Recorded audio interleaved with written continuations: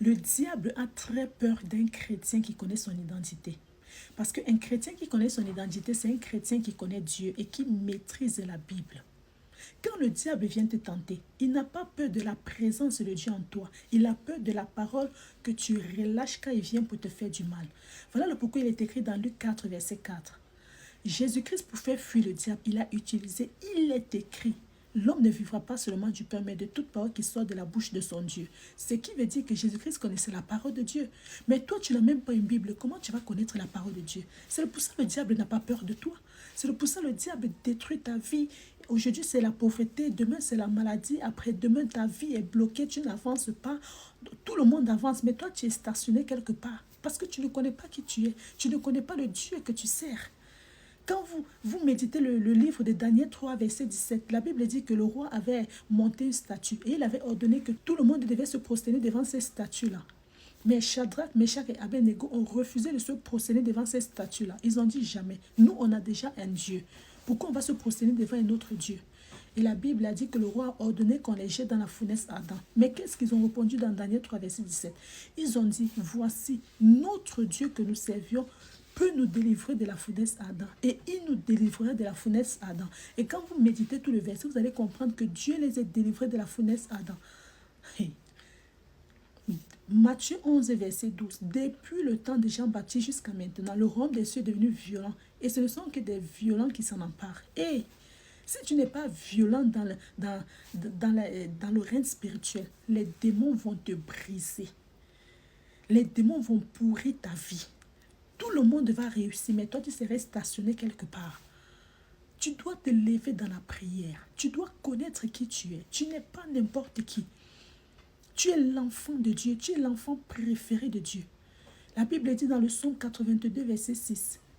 Vous êtes des dieux, mais vous mourrez comme des hommes. Pourquoi? À cause de l'ignorance. Certains chrétiens meurent comme des hommes. Pourtant, Dieu a dit que nous sommes des dieux. Dieu a fait de nous des dieux. Mais pourquoi nous mourons comme des ignorants? Parce que nous ne connaissons pas notre identité. Et pour connaître notre identité, on doit connaître le Dieu qu'on sert. Parce que c'est Dieu qui révèle réellement qui nous sommes. Tu dois chercher Dieu. Si tu ne veux pas que le diable te brise, si tu ne veux pas que le diable te détruise, si tu ne veux pas que le diable te fait mourir dans la pauvreté, tu dois te lever maintenant. Quand l'esprit de pauvreté va venir te briser, va toquer à ta porte, qu'est-ce que tu vas dire? Agé 2, verset 8. L'or et l'argent appartiennent à Dieu. Je ne peux pas mourir pauvre. Non, je ne pourrais pas mourir dans la pauvreté. Parce qu'il est écrit dans le psaume 23, verset 1. L'Éternel est mon berger. Mon compte bancaire ne serait jamais vide. Parce que l'Éternel est mon berger, je ne serai jamais pauvre. Tu dois connaître la parole appropriée pour repousser l'ennemi. Quand le diable vient te tenter, si tu n'as pas la parole de Dieu pour le faire fuir, il va te détruire, il va te briser. Les gens vont avancer, mais tu serais toujours là, comme un mauvais esprit. Ah oui, quand l'esprit de la maladie va venir frapper à ta porte, qu'est-ce que tu vas répondre pour faire fuir l'esprit de maladie? Parce que si tu ne réponds pas les paroles qui sont appropriées à l'esprit de maladie ne partira pas. Tu dois connaître la parole de Dieu. Tu dois être violent dans le camp de l'ennemi. Oh my God. Non, non, non, non, non. Mon corps est le temple du Saint-Esprit. Ah oui, 1 Corinthiens 6, verset 19. Mon corps est le temple du Saint-Esprit. My God. Matthieu 15, verset 13. Tout arbre que mon père n'a pas planté serait déraciné. Je déclare et je décrète maintenant que toute plante de maladie dans mon corps disparaisse parce que mon corps est le temple du Saint-Esprit. Je déclare ma guérison parce qu'il est écrit dans Ésaïe 53, verset 5 que c'est par ces meurtrissures que nous sommes guéris. Alors j'appelle ma guérison à l'existence au nom puissant du Seigneur Jésus-Christ. Je déclare ma guérison tout de suite. Par les meurtrissures de Jésus, je suis guéri. Cette maladie n'est point pour la mort, mais c'est pour que le nom de Jésus-Christ soit glorifié. Ah oui, tu dois connaître la parole. Psaume 118, verset 17. Je ne mourrai pas, mais je vivrai longtemps, plus de 120 ans, pour témoigner la gloire de l'Éternel. Ah, toi, tu ne connais pas la parole. C'est pour ça que le diable joue avec ta vie. Tu ne médites jamais ta Bible. Tu n'as même pas une Bible. Et même ceux qui ont la Bible n'ouvrent jamais les Bibles. Et toi, tu veux que Dieu te bénisse. Dieu va te bénir comment? La Bible dit dans Jérémie 1, verset 12, Dieu veille sur sa parole pour l'accomplir. Quand tu pars devant Dieu avec ce qu'il a dit, avec ce qui est écrit dans sa Bible, il te répond. Parce que la Bible dit qu'il veille sur sa parole. Donc, il vérifie si ce que tu es en train de lui dire, c'est la même chose qui est écrit dans sa parole. Et là, il te répond. 1 Jean 5, verset 14. Nous avions cette assurance auprès de Dieu que si nous lui demandons quelque chose selon sa volonté, il nous le donne. Il exauce ce qu'il a dit dans sa parole. À chaque fois que tu pars devant Dieu avec ce qui est écrit dans sa parole, oh my God, il va t'exaucer parce que ce qui est écrit dans sa parole, c'est sa volonté. Cherchons à connaître la volonté de Dieu. Cherchons à connaître qui nous sommes en Christ Jésus.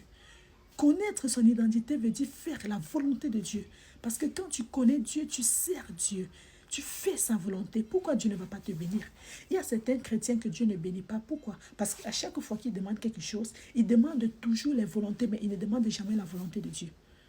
Cherchons à connaître la volonté de Dieu. Il est écrit dans le livre de Jacques qu'on demande les choses. Mais Dieu ne nous répond pas parce que nous demandons mal. Jacques 5, verset 3, je pense, si je ne me trompe pas. Souvent on demande, mais pourquoi Dieu ne nous répond pas? Parce qu'on demande pour satisfaire nos passions. Pourtant, en tant que les esclaves de Dieu, écoutez, dans la vie, il y a deux maîtres. Le diable et Dieu.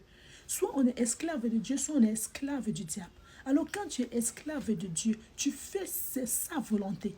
Tu fais ce qu'il veut et non ce que toi tu veux. Donc quand tu demandes quelque chose à Dieu selon sa volonté, obligatoirement il va te le donner parce que tu as demandé selon sa volonté. Et pour demander quelque chose selon sa volonté, tu dois connaître la parole de Dieu. Tu dois connaître ce qui est écrit dans sa parole. Tu dois connaître Dieu. Qu'est-ce qui plaît à Dieu? Qu'est-ce qui ne plaît pas à Dieu? Quelle est la volonté de Dieu et quelle est la volonté du diable? Qu'est-ce que Dieu aime et qu'est-ce que Dieu n'aime pas? Apprenons à ne pas aimer Dieu pour ce qu'il nous donne, mais aimons-le pour ce qu'il est. Parce que quand tu aimes Dieu pour ce qu'il est, c'est Matthieu 6, verset 33, si je ne me trompe pas. La Bible dit, cherchez premièrement le royaume et la justice, et toute autre chose nous seront données par-dessus. Quand tu cherches Dieu, tu lui cherches d'abord pour ce qu'il est. Il est un Dieu d'amour. La Bible dit, dans Jean 3, verset 16, tellement Dieu a aimé le monde, my God, qu'il a livré son unique fils pour nos péchés. Le prix que Jésus-Christ a payé sur la croix, qui peut payer ça? Moi-même, je ne peux pas payer ce prix-là pour mes enfants ou bien pour qui que ce soit, ce n'est pas possible. Tes parents ne peuvent pas payer ce prix pour toi, personne d'autre en dehors de Jésus. Tellement Dieu nous aime. Cherchons à connaître sa volonté. Quand tu connais la volonté de Dieu, obligatoirement, le diable ne peut pas te toucher. Le diable ne touche pas n'importe qui. Ce n'est pas tous les enfants de Dieu que le diable touche. Le diable ne touche pas les vrais enfants de Dieu. Ceux qui font l'œuvre de Dieu. Ceux qui servent Dieu de tous les cœurs. Ceux qui honorent Dieu. Ceux qui cherchent Dieu pour ce qu'il est et non pas pour ce qu'il nous donne. Le diable ne peut pas les toucher. La Bible dit dans le psaume 145, verset 18, Dieu est près de tous ceux qui l'invoquent, mais de tous ceux qui l'invoquent avec sincérité. Et psaume 121, Dieu ne sommeille ni ne dort. Quand Dieu veille, celui qui veille sur nous ne sommeille ni ne dort. Les anges de l'éternel campent autour de nous. Psaume 34, et il combat pour nous. Il nous arrache de tout danger. Quand tu sers Dieu, quand tu connais Dieu, tu médites sa parole, tu passes du temps dans l'intimité avec le Saint-Esprit, tu loues et tu honores Dieu, tu adores Dieu. Le diable ne peut pas te toucher. Le diable aurait même très peur de te toucher. Je peux vous confirmer que le diable ne touche pas n'importe qui. Ceux que le diable touche facilement, c'est ceux qui ne connaissent pas les identités. Et si tu vois un enfant de Dieu qui ne connaît pas son identité, ce qui veut dire que la personne ne connaît pas Dieu. La personne ne médite jamais la Bible. Pour connaître son identité, il faut connaître Dieu. À partir de maintenant, je prie que le diable et tous ses agents qui nous empêchaient de se rapprocher de Dieu, qui nous empêchaient de servir Dieu, qui nous empêchaient de faire la volonté de Dieu, que le feu de Dieu les traumatise au nom puissant du Seigneur Jésus-Christ. Parce que la vie ne se limite pas ici. Après cette vie, il y a une autre vie. Moi, j'ai envie d'aller au paradis et je veux vous retrouver au paradis. C'est pour ça, décidons-nous de faire la volonté de Dieu afin d'aller au paradis pour retrouver